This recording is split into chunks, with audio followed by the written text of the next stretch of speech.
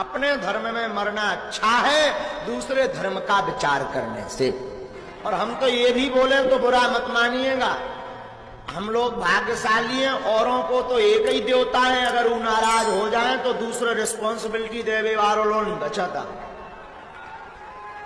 اپنے تے تو بڑی کرپا جائے 33 کروڑ دیوی دیوتا ہیں, اور نکٹا ہرو بے بھی کم پڑے تو 2-4 اور بنا لو, پر دوسرے میں نہ جائیو.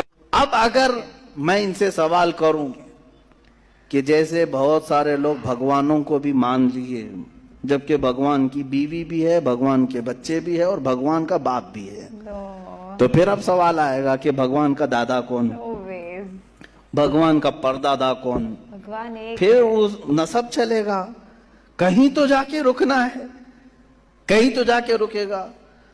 بچے ہیں تو اب تک ان کی نسل کیوں نہیں؟ بھگوان کے بھی بیٹے بیٹیاں تھی نا, بہت سارے بھگوانوں کا تذکرہ ہندوستان میں ہے, ان کے بیٹے بیٹیاں بتائی گئی ہیں, کتنے بیٹے تھے, رام کے بھی, کرشن کے بھی, سب کے بھی بتائے گئے ہیں بیٹے بیٹے. تو اب اولاد کہاں ہیں؟ باپ دادا کہاں تھے؟ میرے عزیزوں, میری اس بات کو یقیناً کوٹ کیا جائے گا. مجھے معلوم ہے چند دنوں پہلے یہ کہہ رہا تھا اورنگزیب کی اولاد برتن مانج رہی ہے, ٹیپو سلطان کی اولاد پنچر لگا رہی ہے. تجھے تو یہ ٹیپو سلطان اورنگزیب کی اولاد نظر آئی, ان کی کہاں ہے جن کا میں ذکر کر رہا ہوں؟ ان کی کہاں ہے؟ اور بہرحال اورنگزیب اور ٹیپو سلطان ان تمام کو چھوڑو, ان کی اولاد کو تو نے برتن مانجتے یا پنچر لگاتے تو دیکھا اللہ نے تو تجھے بانج بنا کر رکھا ہے. تیرے سے کوئی چیز نہیں آ سکتی سوائے گوبر اور غلاظت کے, کوئی چیز نہیں آ سکتی. میرے عزیزوں, میں یہاں عرض یہ کر رہا ہوں دور اور تسلسل, کہ اگر اس طرح کسی کا باپ ہے تو پھر دادا بھی ہوگا, دادا ہے تو پردادا بھی ہوگا, یہ چلتا رہے گا سلسلہ.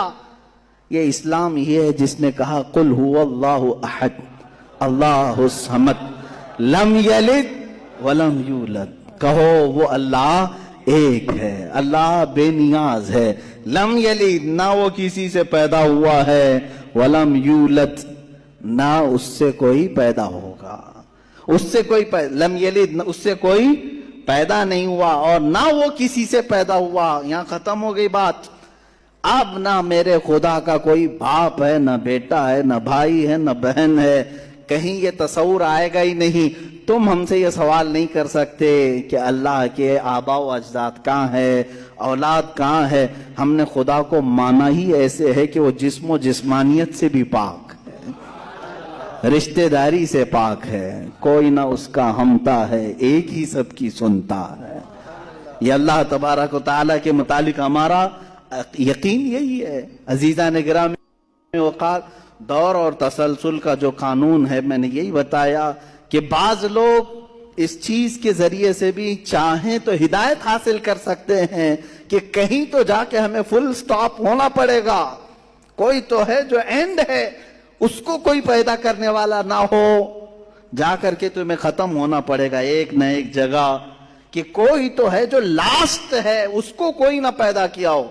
اگر اس کو بھی کوئی پیدا کیا ہے تو پھر یہ بھی بات ہے کہ اس کو بھی کوئی پیدا کیا ہوگا.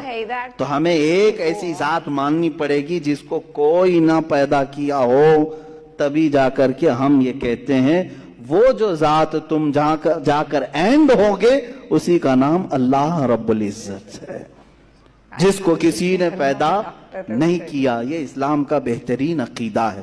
میرے عزیزو, توحید کسے کہتے ہیں؟ اب بات آتی ہے, وجود کی بات ہو گئی, اللہ ہے اتنا تو ماننا پڑے گا, اس کے لیے تو بہت ساری دلیلیں بچے بھی پکڑ کر کے بتا دیں گے. ایک خاتون, ہم نے بچپن میں پڑھا تھا, ایک بوڑھی عورت چرخہ سل رہی تھی, اس سے جا کر کسی نے پوچھا کہ اللہ ہے کہ نہیں ہے, تو اس نے کہا ہے. کیا دلیل ہے؟ کہا یہ میرا چرخہ جو سل رہا ہے یہی دلیل ہے اللہ کی. کہا کہ کیسے؟ کہا یہ چرخہ, اس سے کپڑے سلتی ہوں, جب تک میں چلاتی نہیں یہ سلتا نہیں, مشین سلتی نہیں ہے کپڑے, اسی سے میں نے یہ یقین کر لیا کہ میرا چرخہ میرے چلائے بغیر نہیں چلتا, تو نظام کائنات پورا بغیر چلائے کیسے چلے گا؟ کوئی تو ہے. یہ ہو گئی بات وجود کی، کوئی تو ہے